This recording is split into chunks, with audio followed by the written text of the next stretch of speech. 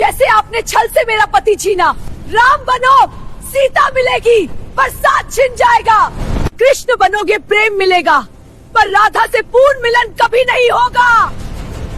क्या आप जानते हैं, भगवान विष्णु को एक स्त्री ने ऐसा श्राप दिया था जिसकी वजह से उनके हर अवतार का प्रेम अधूरा रह गया।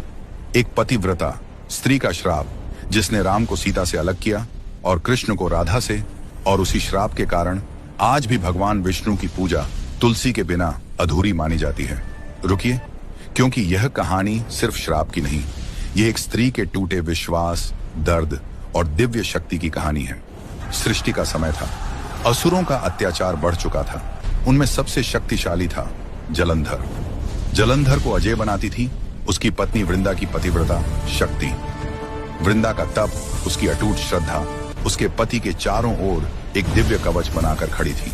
देवता युद्ध में हारने लगे, स्वर्ग डगमगाने लगा। तब सभी देवता पहुंचे भगवान विष्णु के पास।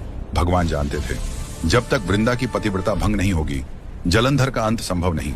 धर्म की रक्षा के लिए उन्होंने एक कठोर निर्णय लिया।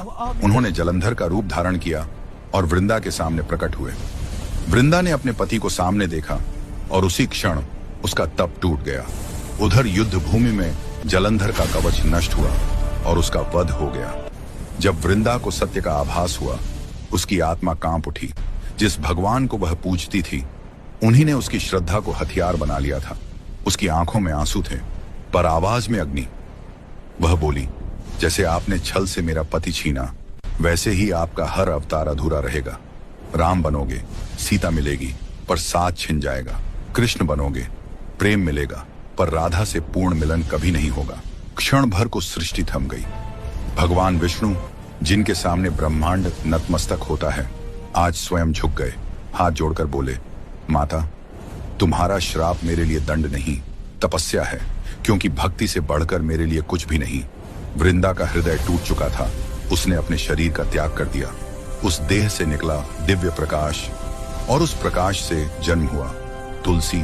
तुलसी जो केवल एक पौधा नहीं, एक स्त्री की आस्था, पीड़ा और सत्य का प्रतीक है। भगवान विष्णु ने वचन दिया, जहां जहां मेरी पूजा होगी, वहां तुम्हारा स्थान सबसे ऊंचा होगा।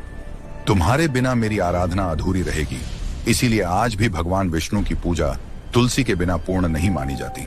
और शायद इसीलिए उनके हर अवतार में प्रेम तो मिला, पर पूर्ण मिलन नहीं।